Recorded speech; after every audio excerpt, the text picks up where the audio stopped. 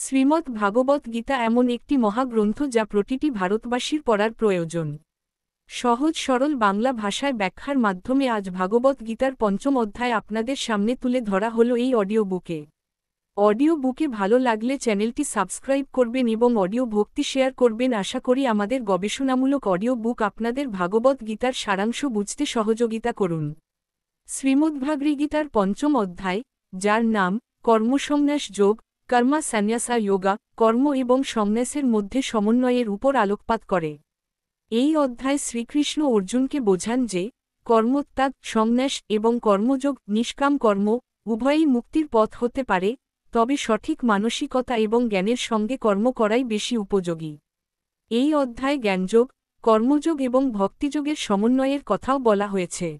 নিচে এই অধ্যায়ের বিস্তারিত ব্যাখ্যা সহজ ও সরল বাংলায় দেওয়া হল। পঞ্চম অধ্যায়ের মূল বিষয়। এই অধ্যায়ের শুরুতেই অর্জুন শ্রীকৃষ্ণকে প্রশ্ন করেন। তিনি একদিকে কর্মত্যাগের, সন্ন্যাস প্রশংসা করছেন, আবার কর্মযোগেরও প্রশংসা করছেন। এই দুটির মধ্যে কোনটি শ্রেষ্ঠ? শ্রীকৃষ্ণ এর উত্তরে বোঝান যে উভয় পথই মুক্তির দিকে নিয়ে যায়, তবে কর্মযোগ সন্ন্যাসের চেয়ে সহজ এবং বেশি ব্যবহারিক। এই অধ্যায় শ্রীকৃষ্ণ কর্মযোগীর মানসিকতা, আত্মজ্ঞান এবং ঈশ্বরের প্রতি সমর্পণের গুরুত্ব তুলে ধরেন। মূল শ্লোক ও ব্যাখ্যাশ্লোক ১। অর্জুনের প্রশ্ন। অর্জুন উবাচ, সন্ন্যাসং কর্মণাং কৃষ্ণ পুনর্যোগং চ সংসি যোচ্ছেয় এতরেকং তন্মে ব্রূহি সুনিশ্চিতম। অর্জুন বললেন, হে কৃষ্ণ, তুমি একদিকে কর্মত্যাগের, সন্ন্যাস প্রশংসা করছ, আবার কর্মযোগেরও প্রশংসা করছ।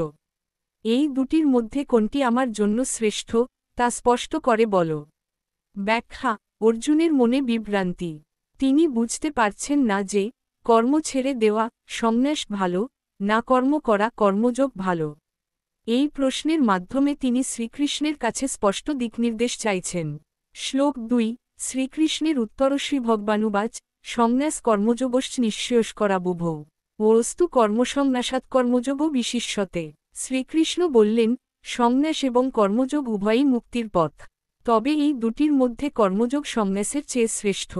ব্যাখ্যা। শ্রীকৃষ্ণ বলছেন যে কর্মত্যাগ এবং কর্মযোগ উভয়ই আধ্যাত্মিক উন্নতির পথ, তবে কর্মযোগ বেশি ব্যবহারিক কারণ এটি মানুষকে সংসারে থেকেও আধ্যাত্মিক পথে চলতে সাহায্য করে। সন্ন্যাসে বাহ্যিক কর্ম ত্যাগ করা হয়, কিন্তু কর্মযোগে কর্ম করা হয় ফলের প্রতি আসক্তি ছাড়া। শ্লোক ৩-৬। কর্মযোগের শ্রেষ্ঠত্ব। শ্রীকৃষ্ণ ব্যাখ্যা করেন যে যিনি কর্মযোগী হয়ে ফলের আশা না করে কর্ম করেন, তিনি প্রকৃত সন্ন্যাসী এবং যোগী।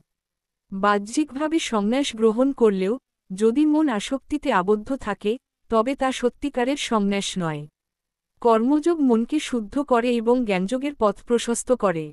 ব্যাখ্যা। এখানে শ্রীকৃষ্ণ বলছেন যে শুধু বাহ্যিকভাবে কর্ম ত্যাগ করলেই মুক্তি পাওয়া যায় না। মনের আসক্তি ত্যাগ করা জরুরি।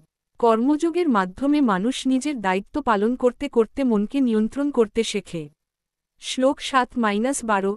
কর্মযোগীর মানসিকতা যোগযুক্ত বিশুদ্ধাত্মা বিজিতাত্মা জিতেন্দ্রিয় সর্বভূতাত্মভূতাত্মা কুর্বন্নপি ন লিপ্যতে। যে ব্যক্তি কর্মযোগে নিযুক্ত, যার মন শুদ্ধ, যিনি আত্মনিয়ন্ত্রিত ও ইন্দ্রিয়জয়ী, এবং যিনি সকল প্রাণীর মধ্যে নিজেকে দেখেন, তিনি কর্ম করলেও তাতে লিপ্ত হন না।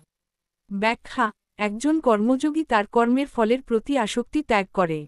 তিনি জানেন যে তিনি শুধু ঈশ্বরের ইচ্ছার মাধ্যমে কাজ করছেন। তিনি সকল প্রাণীর প্রতি সমান দৃষ্টি রাখেন এবং নিজেকে সকলের মধ্যে দেখেন। এই মানসিকতার কারণে তিনি কর্মের ফলে বাধা পড়েন না। শ্লোক ১৩-১৭। আত্মজ্ঞান ও কর্ম। শ্রীকৃষ্ণ বলেন, যিনি জানেন যে তিনি আত্মা কোনো কর্ম করেন না, বরং প্রকৃতির গুণ, সত্ত্ব, রজ, তম কর্ম পরিচালনা করে, তিনি কর্মের বন্ধন থেকে মুক্ত থাকেন। যিনি ঈশ্বরের উপর নির্ভর করে এবং জ্ঞানের আলোকে কাজ করেন, তিনি মুক্তির পথে এগিয়ে যান। ব্যাখ্যা। এখানে শ্রীকৃষ্ণ আত্মজ্ঞানের কথা বলছেন। আত্মা নিজে কোনো কাজ করে না, শরীর, মন এবং প্রকৃতি কর্মের কারণ। যিনি এই সত্য উপলব্ধি করেন, তিনি কর্মের ফল থেকে মুক্ত থাকেন। শ্লোক ১৮-২৬। সমদর্শিতা ও ঈশ্বরভক্তিবিদ্যাবিনয়সম্পন্নে ব্রাহ্মণে গভীহস্তিনী শুনি চৈব সপাকে চ পণ্ডিতা সমদর্শিন। জ্ঞানী ব্যক্তি একজন শিক্ষিত ব্রাহ্মণ, গরু, হাতি, কুকুর, এমনকি নিম্নবর্ণের মানুষের মধ্যেও একই আত্মাকে দেখেন। তারা সকলের প্রতি সমান দৃষ্টি রাখেন। ব্যাখ্যা: জ্ঞানী ব্যক্তি বাহ্যিক পার্থক্য, জাতি, ধর্ম, প্রজাতি দেখেন না। তিনি সকল প্রাণীর মধ্যে ঈশ্বরের অংশ দেখেন। এই সমদর্শিতাই মুক্তির পথে নিয়ে যায়।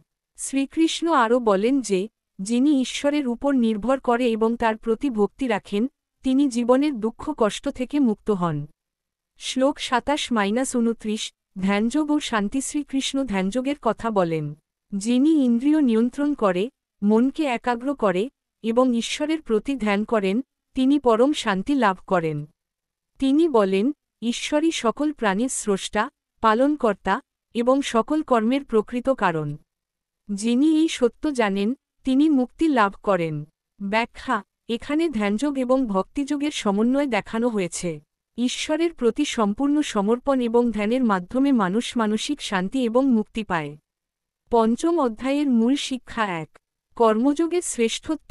কর্মযোগ সন্ন্যাসের চেয়ে সহজ এবং ব্যবহারিক। ফলের আশা ত্যাগ করে কর্ম করলে মন শুদ্ধ হয়। 2। আত্মজ্ঞান। আত্মা কর্ম করে না, প্রকৃতির গুণ কর্ম পরিচালনা করে। এই জ্ঞান মুক্তির পথে নিয়ে যায়। 3। সমদর্শিতা। জ্ঞানী ব্যক্তি সকল প্রাণীর মধ্যে একই আত্মাকে দেখেন এবং সকলের প্রতি সমান দৃষ্টি রাখেন। 4। ঈশ্বর ভক্তি। ঈশ্বরের উপর নির্ভর করা এবং তার প্রতি সমর্পণ মানুষকে শান্তি ও মুক্তি দেয়। 5। ধ্যানযোগ। ইন্দ্রিয় নিয়ন্ত্রণ এবং ধ্যানের মাধ্যমে মানুষ পরম শান্তি লাভ করে। ব্যবহারিক প্রয়োগকর্মের প্রতি দৃষ্টিভঙ্গি। আমরা যে কাজ করি, তা ঈশ্বরের উদ্দেশ্যে উৎসর্গ করলে এবং ফলের প্রতি আসক্তি না রাখলে মন শুদ্ধ হয়। সমদর্শিতা। সকল মানুষ ও প্রাণীর প্রতি সমান ভালোবাসা ও সম্মান রাখা আমাদের জীবনকে আরও শান্তিময় করে। ধ্যান ও ভক্তি। প্রতিদিন কিছু সময় ঈশ্বরের চিন্তা ও ধ্যানে কাটালে আমরা মানসিক শান্তি পাই। এই অধ্যায় আমাদের শেখায় যে, সংসারে থেকেও আমরা আধ্যাত্মিক পথে চলতে পারি। কর্মযোগের মাধ্যমে আমরা আমাদের দায়িত্ব পালন করব, কিন্তু ফলের আশা ত্যাগ করে ঈশ্বরের উপর নির্ভর করব। এটিই জীবনের পরম শান্তি ও মুক্তির পথ। আপনি যদি এই অধ্যায়ের কোনো নির্দিষ্ট শ্লোক বা বিষয় নিয়ে আরও বিস্তারিত জানতে চান, তাহলে বলুন, আমি আরও গভীরভাবে ব্যাখ্যা করব।